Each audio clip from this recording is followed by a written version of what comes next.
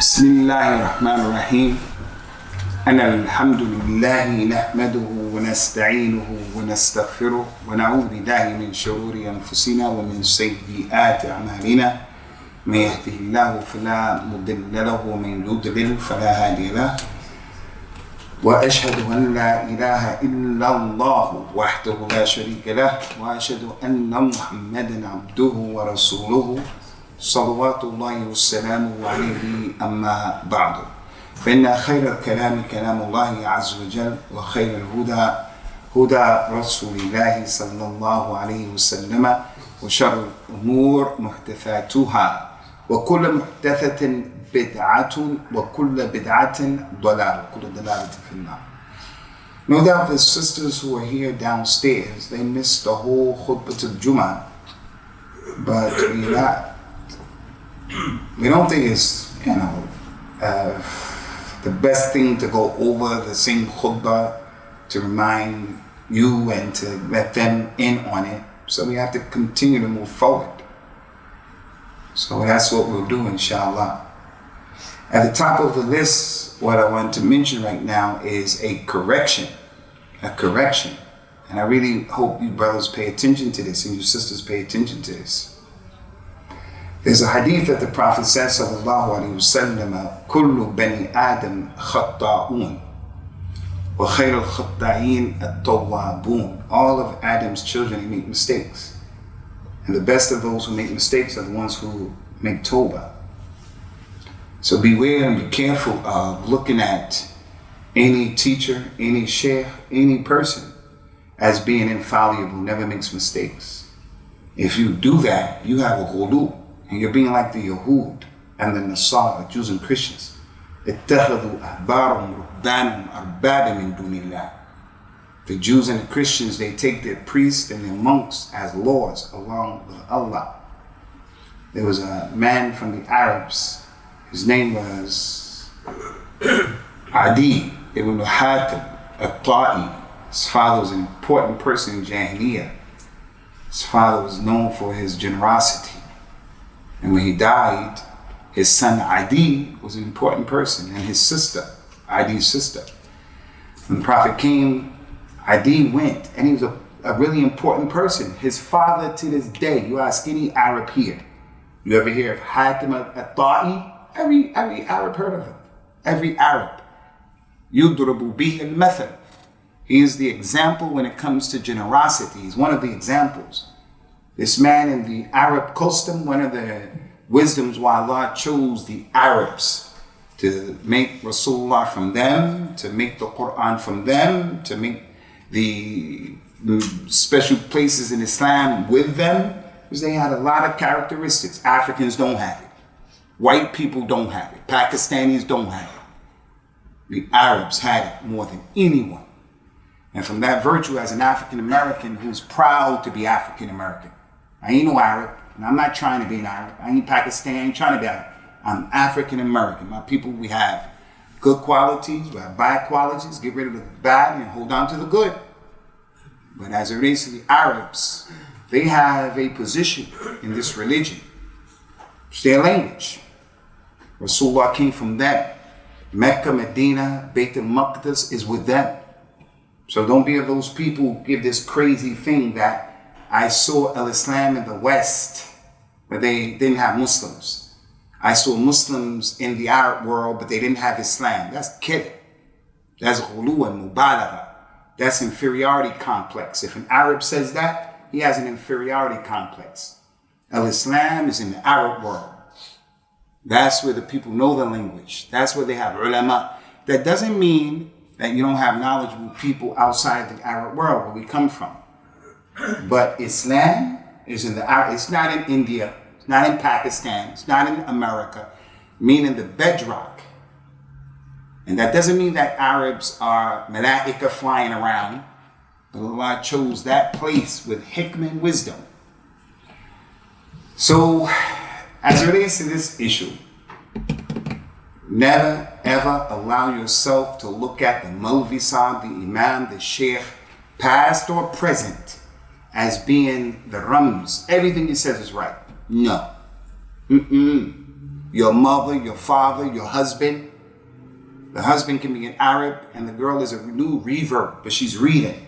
Her husband, Pakistani, African, Arab, his Islam is just cultural, traditional, and she's trying to read. She could be better than him. But generally speaking, don't look at anybody as being that can't get it wrong. So today I made a mistake in the khutbah of Jummah. And I want to rectify that mistake. And if anybody here ever comes to me, I don't care how young you are, I don't care what your position is, you can always come to me and talk to me. Just don't come and before the khutbah, knock my hat off, knock my glasses off, pluck me in my ear, because you're going to have a problem with me if you do that. But if you come to me and you talk to me, I'm going to accept it if the haqq is with you. There's a great personality of Islam. His name is Umar ibn Abdul Aziz. He was a tremendous personality in Islam.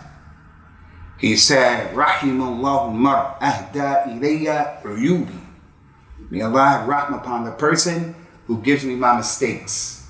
He comes to me and he pulls me to the side and say, hey, you have odor coming from your breath, from your body. Hey, you did this, you did, in a nice way. Because that nasiha, that advice is helping me be a better person. So today, I made a mistake and I have to rectify that mistake, subhanAllah. And that mistake was about the sajdah to shukr. Let me ask you real quick. There are many sujood in al-Islam. There are many prostrations that we make. Different prostrations. They have different ahkam. Give me one of the sajdas in Islam. What's a type of sajda? There's a sajda of a tilawa. When you read the Quran, the ayah tells us to make sajda. There's the sajda where you read the Quran. Give me another sajda in al-Islam. The sujood of salah. The prayer. We go down and make sajda. Dhuhr, Maghrib, make sajda. Muhammad, give me a sajda in al-Islam. Shaykhina. The sujood of thanks, shukr. When Allah bless you with a baby, you make sajda. Allah bless you with good grades, you make a sajda. Allah bless your wife to come from Africa after Corona, and she gets here after you've been waiting for all this Corona, and she comes, you make sajda. You get the visa to be here, you make sajda. You get the job, you make sajda to shukr, thanking Allah. You the self. Akhana, give us a sajda in Islam. You do. Sanudhakkirukum inshallah. The sajda al-sahu. If you're praying and you make a mistake, you make too many rak'at or not enough, or you did something wrong, before you say Assalamu alaikum, you make two sajdas and then you say Assalamu alaikum. Even Prophet Muhammad did that, sajda al-sahu. He prayed Salat al-Dhuhr or Salat al-Asr. He prayed 2 rak'ats. And then he said, Salaam alaikum, Salaam alaikum. One of the companions said, Ya Rasulullah, has the salat been made 2? He said, no, it's 4. He said, well, you only prayed 2. Rasulullah asked the people, is what he's saying, Dhul Yadayn, is what he's saying true? They say, yes. He got up, everybody got up. He made 2 more sajdas to complete the 2. And then he made 2 rak'ats to complete 4. And then he made 2 rak'ats. And he says, that's sajda to sahu, if you mess up in your prayer. So from the sajda is the sajda of a shukr. When Allah blesses you with something big. So many of the companions did that. Like Ka'b ibn Malik. He was a companion who was from the 3 people takhallafu an jihad. He didn't go to jihad, but he was a mu'min. And there was a lot of drama. And then Allah accepted his tawbah. And when he was told, Allah accepts your tawbah, he made sajda of a shukr. Another example is Ali ibn Abi Talib. During his khilafah, Ali was fighting some people. Rasulullah told him a long time, you're going to fight some people, you're going to kill a man. And on his hand is a growth. Him and his people are the bughat, they're the oppressors. Ali fought those people. He killed them. Ali said, let's look for that man. Let's look for him. And they looked for him from the dead people, and they found him. Ali ibn Abi Talib was on his horse. When he found that man, they showed him his hand. Ali got off of his horse and he sajda to shukr, to Allah, that he did the right thing. So the point is, the sajda of a shukr is something we don't do. And Allah mentioned in the Quran, وَإِن تُعُدُّوا نِعْمَةَ اللَّهِ لَا تُحْصُوهَا. Allah has given us a lot of ni'mah. So if your child memorized Juz Amma, it's a sajda to shukr. So that's what we did today. So I want to clarify something here, very important. I need you guys to listen to this and to understand this. In the khutbah, I was talking, and doing the khutbah, I decided to do the sajda of a shukr. Why? Because we have to be patient. We have to have sabr for all of this khurafat and the bid'ah from the Muslims. So doing the mawlid, we have to be patient with that. Our relatives, the masjids, they don't want to do that, but I have to be patient. We have to be patient with the girl that doesn't wear the proper hijab. We have to be patient, for an example, and I'm not putting anyone down, I'm just saying we have to have sabr and tahammul. We have to be patient. Things that we see from the Muslims, we have to be patient. The man gets up and he reads the Quran for the people, and he says, Sadaqallahu al-Azim. That's not from the Sunnah. We have to be patient with that. So there are a lot of things we have to be patient with, but when it comes to spreading the Sunnah, people don't want to be patient with that. When it comes to doing the right thing, the community, they don't want to be patient. So I say, no. I wanted to do that sajda today because it's from the Sunnah al-Mahjura that people don't know about. Fadlan and يفعلوا يعني يقومون به. They don't do it. So anyway, I didn't plan on doing it, but I thought at the moment, I'm going to give shukr to Allah because this is a ni'mah what happened to this situation. Someone cursing the Nabi of Islam, sallallahu alaihi wasallam, and Allah showed this community, if you do that, this was going to happen. Sajda. But doing the khutbah, I said that the Prophet did that in Jummah, and that's not true. So I'm here to correct that. So pay attention. The Prophet Muhammad never did that, sallallahu alaihi wasallam. All of the years he was a Nabi and a Rasul, he never did a sajda from the minbar. Never. The one who did that was Umar ibn al-Khattab. Remember that. It wasn't Rasulullah. That was a mistake for me. I have no problem coming forward to tell you guys it's Umar. No problem. No taraddud, no anything. No tahaffuz. Wallahi. So what happened, so I can explain to you again. Umar radiallahu anhu was the Khalifa. He was talking to the community and he was telling them this and this and that and this and this and that. And then he read an ayah in which he read the sajda. The tilawa, the sajda. Umar got off of the minbar and he made sajda. And all of the companions in the masjid, all of them made sajda behind him. All of them. So it's ijma'. All of the companions. Not a single one stood up to say, and this what he doing? All of them. Which goes and shows from the deen. If the companions ajma'u ala shay, that's from the deen. The hadith said, لن تجتمع أمتي على ضلالة. My ummah will never agree to what's wrong. All of the companions made sajda. And then after that, Umar got up, got on the minbar, kept talking. And then the following week, the very next week, he was talking, and then he read another sajda. He read another one. And then the people started getting ready because they knew the ayat. They started getting ready to make sajda. Umar didn't get down off of the minbar. So the people, and then he said, take it easy, take it easy. It's not wajib upon you. So we understand from that in the khutbah to Jummah, if the imam does the sajda, then we do it. If he doesn't do it, we don't do it. So today, we had two people upstairs who did the sajda to shukr, because the sajda of tilawah, the sajda of shukr behind me, because they knew the ruling. Two people. This is not to bring anybody down. I mean, if you know, you know. You don't know, you know. You don't know. But now we know.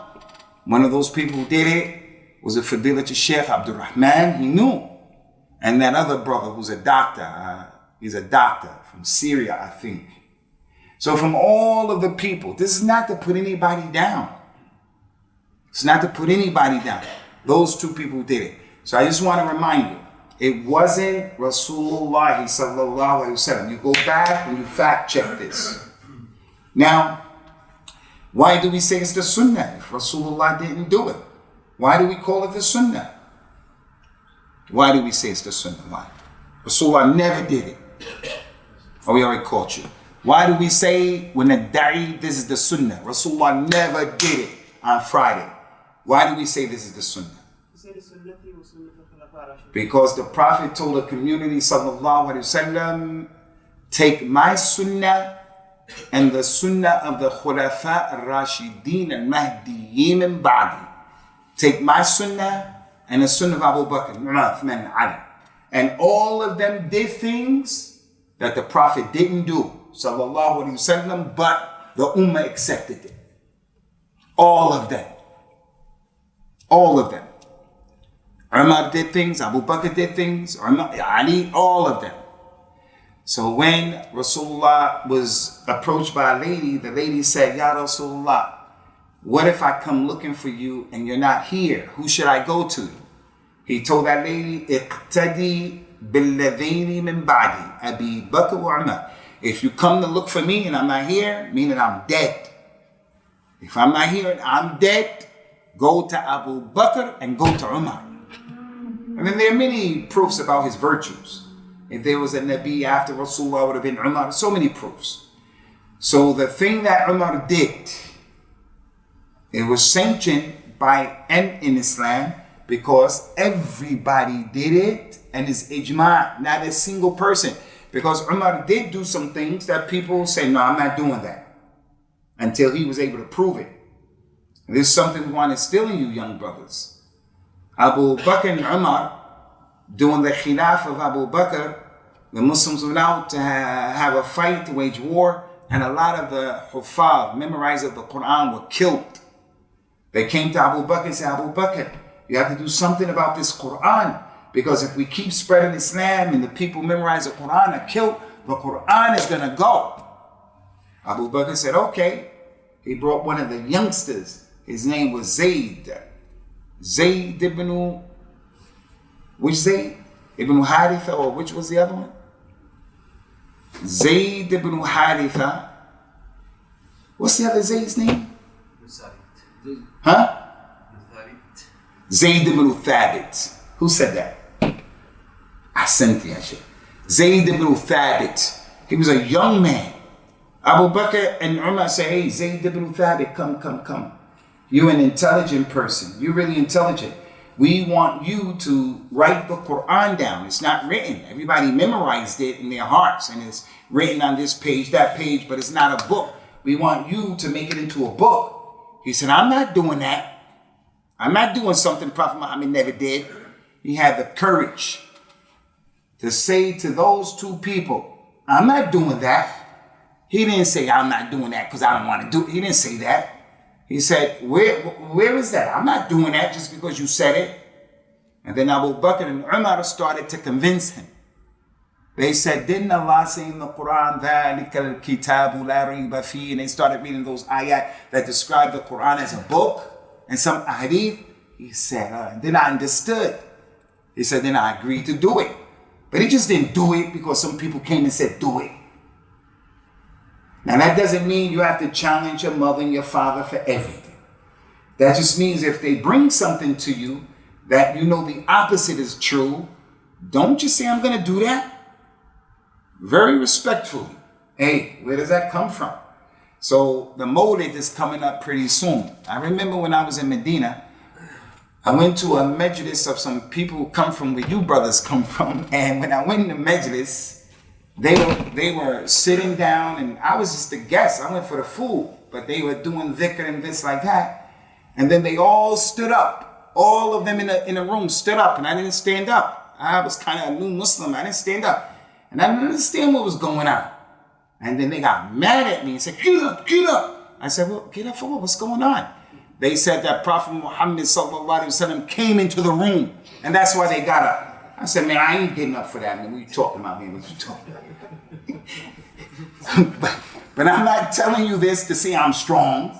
I'm just saying, well, what are you talking about? For a fact that Prophet Muhammad came into the room. Now, what do I look like just getting up because they got up? I'm going to feel stupid if I do something because I know I don't believe in that. So don't be one of those people who just go along with the people. Muslims are kuffar. Don't be like that. If the thing goes against your religion or you don't understand it, ask questions. Ask questions. So when Umar, may Allah be pleased with him, when he did what he did, it is considered to be the sunnah like many things. You know, in the Muslim world where we come from, how many adhans are there on Friday? How many? How many adhans do we make? We make 2 adhans. Prophet Muhammad had 1 adhan. All his life, 1 adhan. But they made 2 adhans when Islam started to spread. So Islam was in this little area right here at the beginning, but it spread all the way outside of Leeds into the next city. For an example, city center way over there. So on Friday, they would send someone to city center. They make the adhan 15, 20, 30 minutes before the real adhan to let those people close up, come home, did a ghusl, come. That was from the Khulafa al-Rashidin. So I want you to understand, it was not the Prophet who did that, sallallahu alaihi wasallam, it was Umar. And I want to thank the brother for reminding me of that. Jazahullahu khairah. Because when you stand up here, you start talking, and you make mistakes, you can mislead people, and then that's going to be in my neck, Yom Al-Qiyamah. That's going to be in my neck. Now, if no one brought it to my attention, then la yukallifullahu nafsan illa wus'aha. But if someone brings that to my attention, I have to rectify it. I have to say to him, I don't agree with what you're saying. I have this opinion, and we discuss it. But it was clear what the brother was saying was the truth. Does everybody understand that point? So 2 points concerning that. Number 1, it was from Umar. And what Umar said, I want to ask you, everything Umar said in his life, everything he said after Islam, he became a Muslim, everything he said during his khilafah, everything he did, was he always right 100%? No. Umar got it right, Umar got it wrong. Most of the time he got it right, but he got it wrong sometimes. He got it wrong sometimes. Can anybody give me an example where Umar got it wrong? And we're not saying this to put him down, but anybody got an example where Umar said something and it wasn't right? Anybody? Imposing certain amount of mahar. Yes. The Muslims were getting married and they were giving a lot of money to the women, a lot of money. Umar said, hey, anybody who gives more money than what Rasulullah gave his wives, we're going to give her that and take the rest. And then the lady said, Ya Amir al-Mu'mineen, should we listen to you or should we listen to the book of Allah? He said, listen to the book of Allah. And then the lady read the ayah. Even if you gave her a lot of treasure, don't take it back from her if you divorce her. Umar got with the program. Now, if Umar could get with the program and say she's right and I'm wrong, the lady is right and Umar is wrong, what do I look like? I can't come and say I made a mistake. And you as a husband, what prevents you from saying, yeah, my wife is right? You know, we have that thing. She can't be right. That's kibr. Kibr. I came to this country, I don't know how to drive on the other side of the street and the other side of the car. Plus, I don't know directions. My wife was saying, go this way, go. I said, I ain't going that way. And we always get lost, always. I have to listen to what she's saying. But I just think she don't know what she's talking about. But she knows what she's talking about. So don't be that father, don't be that mother, don't be that husband who you're never right. No. No one has a monopoly on the haq. So it was Umar. And number 2, if the imam makes sajdah, then you make sajdah. If he doesn't make sajdah, you don't make sajdah. But if you want to make sajdah, nobody's going to say it's haram. Right. And if you don't make sajdah, no one says you're sinning. And that's why Umar told the people the second week, take it easy, take it easy. It's not wajib. You don't have to do it. But there's virtues in doing that sajdah.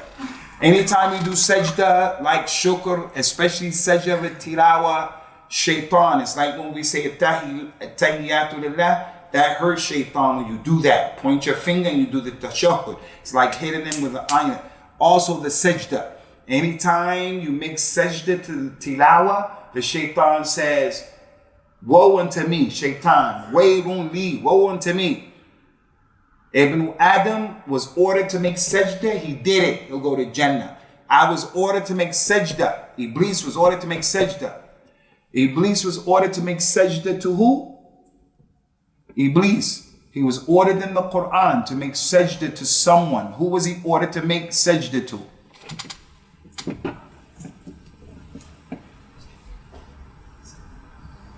Breathe. Alright, your big brother. Adam. Yes, good job, brother. Good job. This is one of my best students right here. This brother does not like this. Adam.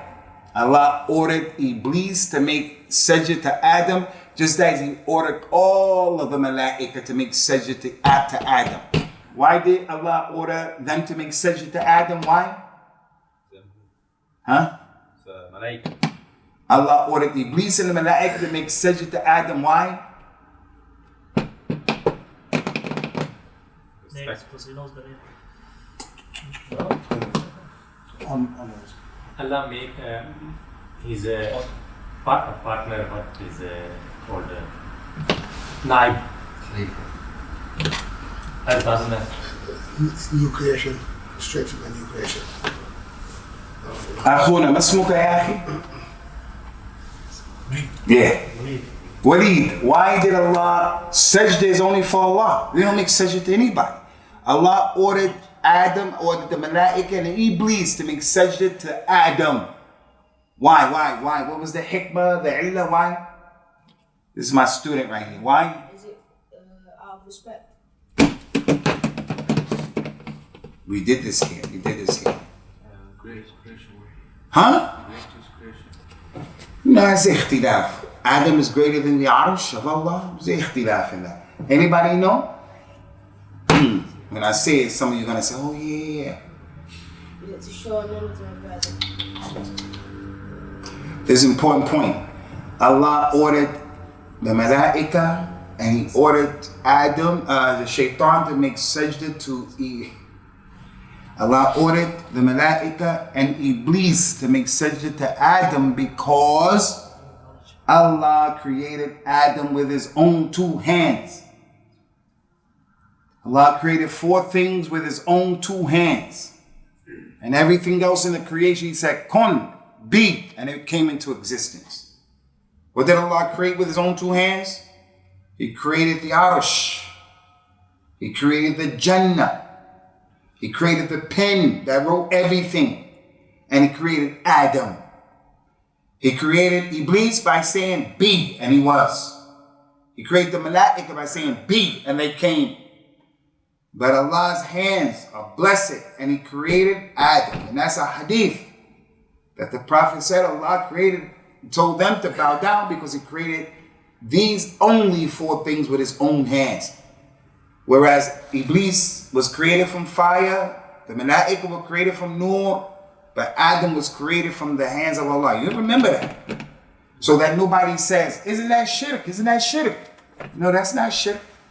Even after that, in the religion of Yaqub and Yusuf, they used to be allowed to make sajda to someone as ta'zeem and ihtiram and taqdeer. But that's the reason why. So anyway, you guys got that? Allah created 4 things with his own 2 hands. 4 things. He created the Arsh, the biggest, greatest thing in creation. No one knows the reality of it except Allah. He created the pen. When Prophet Muhammad went to Al-Isra wal-Mi'raj. When he went to Mi'raj, he got all the way out there and he said, I heard the pen writing. He heard it. Writing everything. It was writing stuff. And this is why he's special. Who else saw that? Anybody else saw the pen? Anybody? No. He's a special Nabi and Rasul. So remember that. Remember that. Now we move on to the next point, inshallah. This is really important. I really want you guys to understand this point. Now, 20 years ago here in the UK, we had to deal with a lot of really extreme Muslim shabab. They were very extreme, very extreme. So when you give a khutbah, especially a khutbah like this, in English, and our youngsters, they don't like these Urdu khutbahs, the Arabic khutbahs, they can't understand. They'll go to a masjid where the imam is giving a rough, tough, strong khutbah, and the young man goes out and he wants to do something. And it happened here in Leeds. It happened here in this city, where young people who didn't know much about the religion became excited and emotional, and they went and did things, and they're still in jail right now. And they didn't benefit themselves. I don't want that to happen to anybody, because that's not our dawah. If the non-Muslims came in here right now and said, what do you believe? You believe in this jihad? I'm saying I believe in jihad. But jihad has a place, a time. I'm not gonna apologize about anything about. Can a man have more than one wife in Islam? 1, 2, 3, 4. I'm gonna say, wallah, he can have 4, but it can conditions. Was there slavery? Wallahi, there was slavery in Islam, but it's not like roots. It's not like the transatlantic slavery that you get in your mind with Africa and America, and not like that. Islam slavery is different. It's fiqh. Now is not the time to discuss that. When I'm talking about if non-Muslims came and said that, we are not going to apologize about anything about our religion. But we're going to take into consideration there's a time and a place for everything. Time and place for everything. So listen.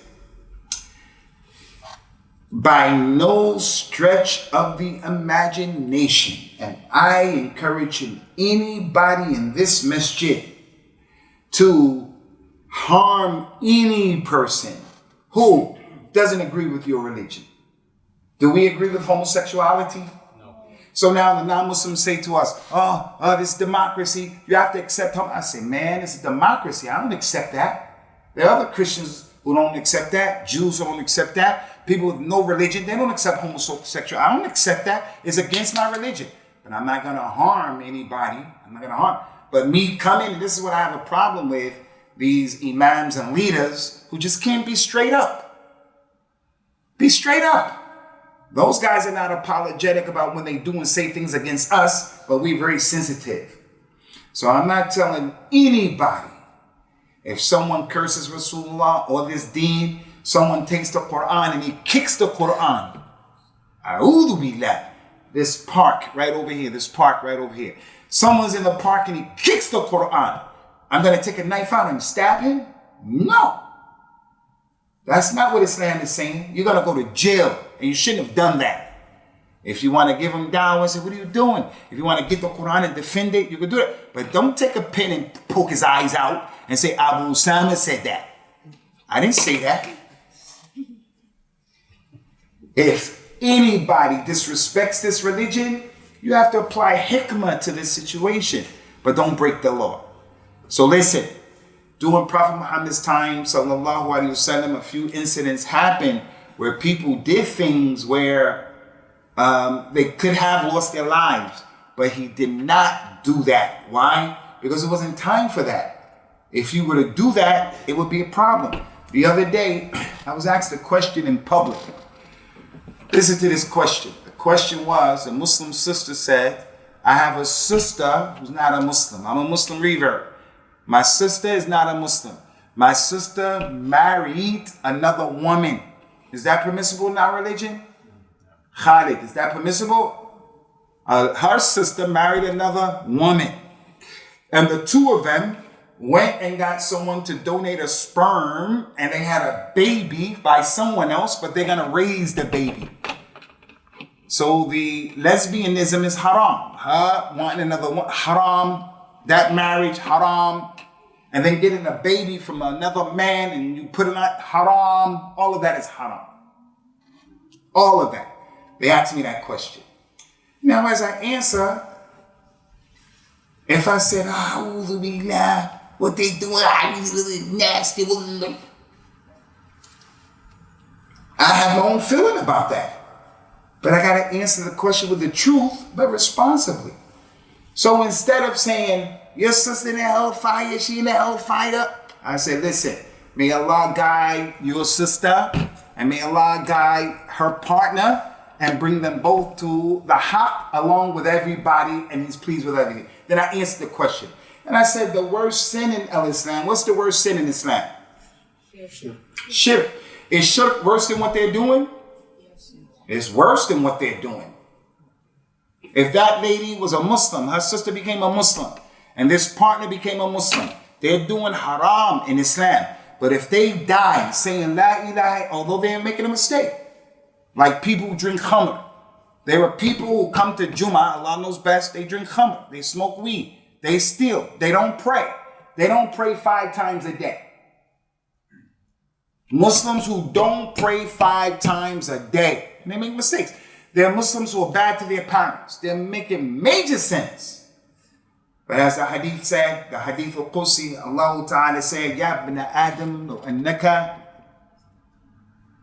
ataytani بقراب الأرض خطايا ثم لقيتني لا تشرك بي شيء لأتيتك بغرابها مغفرة ولا أبالي. O son of Adam, if you die, and when you die, you meet me, and you filled up this whole world, not this room, the whole world, you filled it up with sins. But when you met me, you didn't make shirk with me, I'll forgive you for all of what you did. And it's up to Allah. Maybe Allah will put him in the hellfire, and maybe he won't. So I answered like that. Instead of focusing on, that's bad. Look, my mother, my father, my relatives, they're kuffar. They make shirk with Allah. And Allah told me, be good to them. Be easy with them. As long as they're not fighting me, I should respect them. That doesn't mean I like what my mother and my father are doing. So if I have to be patient with them with shirk, I have to be patient with this other stuff. Doesn't mean you don't talk to them. This is not good. This is not bad. So when I gave that answer, some of the shabab came and they said, oh, you making halal this. You make this thing halal. I don't make that halal. What I tried to do was try to not get explain the situation so you can understand it. This thing in our religion is from the major sins. But bigger than that is shirk. And there's a problem that we have in our religion. Let me ask you guys something. I have a daughter. My daughter wants to get married, 21, 22, whatever she is, she wants to get married. In our culture, a man comes to me to marry my daughter. He comes to you to marry your daughter, your sister. The man, we find out, he doesn't pray. He doesn't pray. But he has a good job. He doesn't pray, but he has a good job. We'll marry her because he has a good job and he doesn't pray. Another man, he'll come and he drinks khamr. He drinks khamr. We say, nah, I'm marrying you to my daughter. You drink khamr. You're drunk. Which sin is bigger? Not praying or drinking khamr? Not praying is a bigger sin. But in our community, the one who doesn't pray, if he has good akhlaq and has a good job, we'll marry him to her.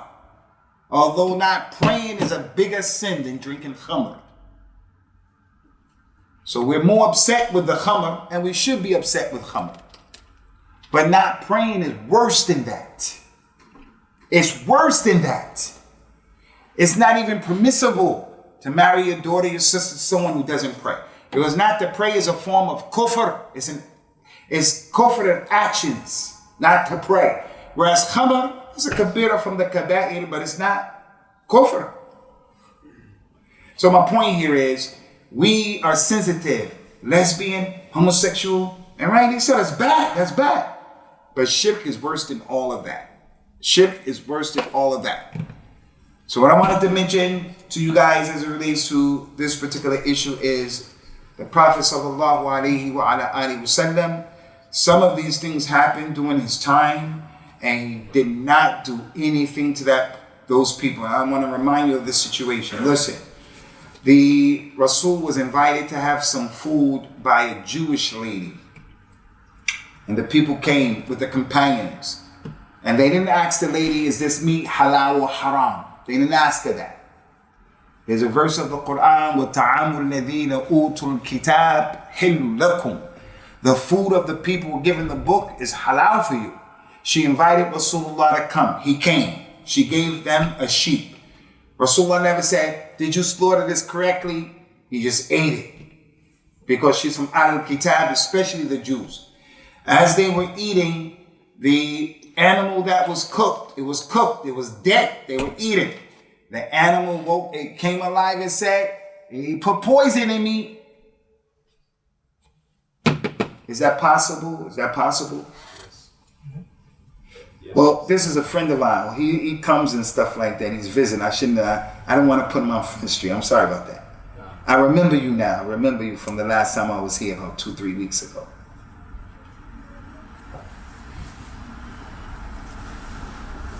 Is it normal for the animal to start talking like that? It's not normal. Now Muslims will say, hey, you people believe that? You people believe that? I say, wallahi, I believe that. But don't think I'm stupid when I believe that. Like you know, social media. Someone contacted me through Messenger, Sheikh Abu Usamah, and they had a picture of a girl who I knew when I was young. We grew up together. Her name is Mona Levista. Hey, look, she sent me a message saying, she called me by my kafir name that none of you know. She called me by my kafir name. She said, hey, Michael Jackson. She said to me, she said, hey, how you been? I said, hey, I'm all right, Mona, how you doing? She said, I'm all right. Where you living now? I said, UK, and I put the flag, UK. I said, okay, you got any stores around you that sell Amazon cards, $50? I need 2. I'm like, I haven't been in touch with her in years. When she asked me for money like that, I said, nah, Mona, I don't know no Amazon card. I don't have time for that. You take care of yourself. Bye-bye. 2 days later, yesterday, she said, hey, I just wanted to tell you, how you doing? I'm all right. She said, did you hear about the stimulus checks from America? I said, nah. She said, they gave me 50,000 pounds yesterday, $50,000. She said, you can get it. I'm going to send you the link. Just press the link. And they're going to give you $50,000. The point is, I said, I ain't stupid. What you think, I'm Frank Sausage Head? You guys know Frank Sausage Head?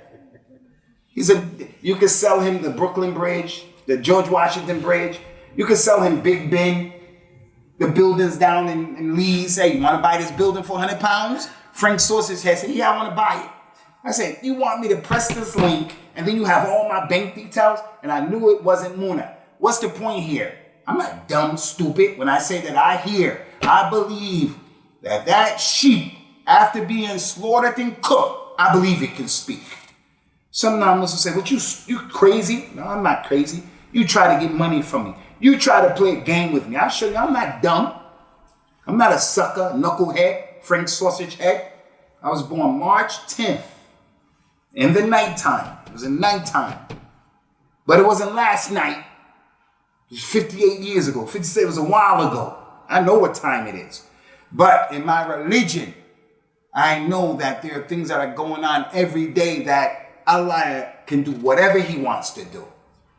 So that sheep said, hey, it's poison. Rasulullah said, don't stop eating. But it was too late. Those companions started dying. So that lady killed people. And she tried to kill the messenger of Allah. She tried to kill him. So the man who was blind, who did what he did to his slave girl, the one who was blind, that girl didn't do nothing. She was just talking back, but she didn't do anything against Rasulullah physically. This lady put poison in him, tried to kill him, and he ate it. And she killed people, not 1, 2, 3, it was a number of people. But the Prophet ﷺ didn't do anything to her. You know why he didn't do anything to her? Because he was new in Medina. And as soon as he got to Medina, if he's just start fighting everybody like this, the community is not going to grow. And this is some big problem with the Jama'at of al-Islam. When they get into positions of power, they want to fight everybody. They want to fight everybody. You can't fight everybody. You have to relax and get istiqrar for the Muslim community. And another thing, And the ayat, Wallahu ya'asimukum min nas, Allah will protect you. This was one of those situations. Well, Allah divided, you didn't have any guards. Allah told him, hey, stop eating that. Allah made the thing speak. And there are a lot of situations like that. He went to have a discussion with the Yahud, a group of Yahud. He went to discuss with them, and on his way, Jibril came to him and said, don't go. They're going to drop a boulder on you, a sahra. When you get at the door, they plant mu'amara. They're going to drop a boulder on you when you knock on the door. Don't go. And the Prophet didn't go, because Allah protected him. The second incident, you guys understand that? What I just told you? That lady tried to kill the Nabi. Did the Rasul kill her? No. Why not? It was not hikmah. And that goes to show sometimes something may happen to you and you want to fight back, you want to scream, you want to get... That's not the best way of handling that situation. You're going to create problems for yourself, problems for the dawah. It can be with your wife. It can be with your husband. The way to handle this is not that knee-jerk reaction. Sometimes it's better for you to fall back. Don't do anything right now. And I'm telling you, the more we read about the religion and the more we get jurisprudence and the more we know about the life of the Messenger of Allah, the more we're able and capable of navigating through these things. If we're ignorant and we don't know anything about anything of the deen, we'll deal with everything based upon our emotions. Okay, I got the sign to stop now. I'm going to eat. I can smell the grub right now. Inshallah, we're going to get our grub on it. You guys have any questions right now? Any questions? Any questions? Any questions? Any questions? Dhu Khuwaysira. He was another man, as we mentioned. He grabbed the Prophet like this and he was disrespectful. Can you grab the Prophet of Islam by his clothes and do this to him? Can you shake him like this? Is it okay for any of you to get mad with your mother or your father and do like this to your mother, slap in the face, hey, what are you doing? Is that okay? Something's wrong with you if you do that. My mother's a non-Muslim, kafir. She doesn't believe in Allah, doesn't believe in Rasulullah, doesn't believe in Quran, nothing. If my mother did something, can I grab my mother by her neck and pull her and say, Ma, what are you doing? Can I do that? Something's wrong with you if you do that. It's not permissible, that's your mother. And Islam doesn't allow you to do that. Whether she's a non-Muslim or whether she is a Muslim, it's even worse. So you got to look at the situation, you got to know how to handle the thing. So if you guys have any questions, we'll answer the questions before the grub comes up. If you don't have any questions, we'll close this out. Any questions? Okay, we want to make this announcement. We know that we canceled the class for last week. We did a program. Tomorrow we're going to do a program, Afwan in London. We're going to be doing a program about racism or something like that, Black History Month. So we're not going to have any of those classes tomorrow. None of the classes are tomorrow. The classes will resume next week and we won't be absent for those classes for a long period of time. So you guys have some time to rest. The other thing is, in this month, Black History Month, it started at the beginning of October. We are trying to put on a program. We want to put on a program, Mr. Rahma Faith Center, where we're going to invite the local community to come and hear about our religion, but we're going to use the vehicle of Black History Month to do that. We are in need of volunteers, young brothers, any and everybody who wants to volunteer. We're going to need people to help us to set up the tables, to sit the people in their chairs. We're going to need people to sit at the tables when the people come in. We have a lot of good literature for them. People will come in and they may want to know why you dress like that, and then you start a discussion and you give dawah in your own way. So we're trying to get as many brothers and sisters involved as possible. We have a few brothers involved, but we have no sisters because we haven't been interacting with them. You brothers go back and talk to your wives and try to get them on board. So we're going to have that, and we need people to volunteer, inshallah. هذا وصلى الله وسلم وبارك على نبينا وعلى آله وأصحابه أجمعين والسلام عليكم ورحمة الله وبركاته.